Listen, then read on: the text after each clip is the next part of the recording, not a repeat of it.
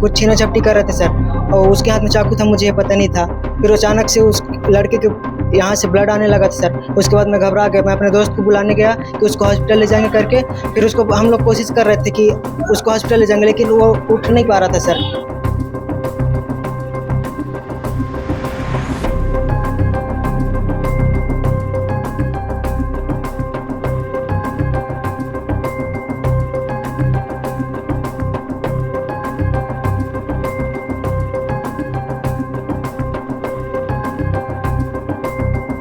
Civil line थाना क्षेत्र में हत्याकांड के मामले में आइए बात करते हैं चश्मदीद गवाह से। क्या कुछ हुआ था बताएंगे?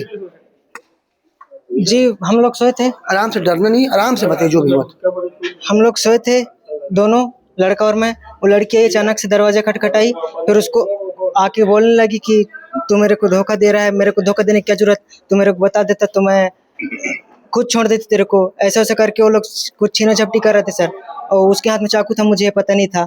फिर अचानक से उस लड़के के यहाँ से ब्लड आने लगा था सर। उसके बाद मैं घबरा गया, मैं अपने दोस्त को बुलाने गया कि उसको हॉस्पिटल ले जाएंगे करके।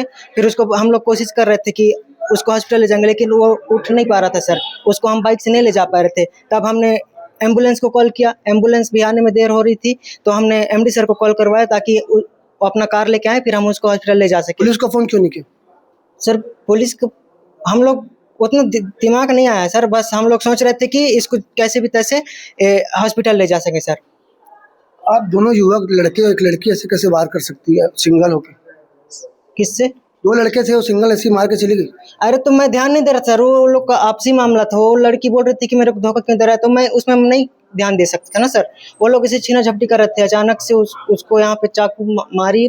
मैं देख नहीं रहा था, मैं बस ऐसे ध्यान, मैं उनको क्यों देखता सर, उनका आपसी मैटर है। तो फिर उसके बाद उसको छाती से अचानक ब्लड लाने लगा। हम लोग एम्बुलेंस को कॉल किए सर।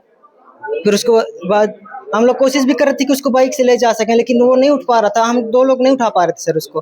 फिर एम्बुलेंस आया, उससे पहले भी हम लोग हम यहाँ के जो मालिक हैं उनको कार लेके बुलाए थे सर, लेकिन एम्बुलेंस पहले आई। फिर एम्बुलेंस में हम लोग उनको बिठाने कर ले गए, तो वो चेक करने के बाद डॉक्टर बोली कि एम्बुलेंस के डॉक्टर जी। ये पहली बार ये लड़की की, और उसके पहले भी आ चुकी थी?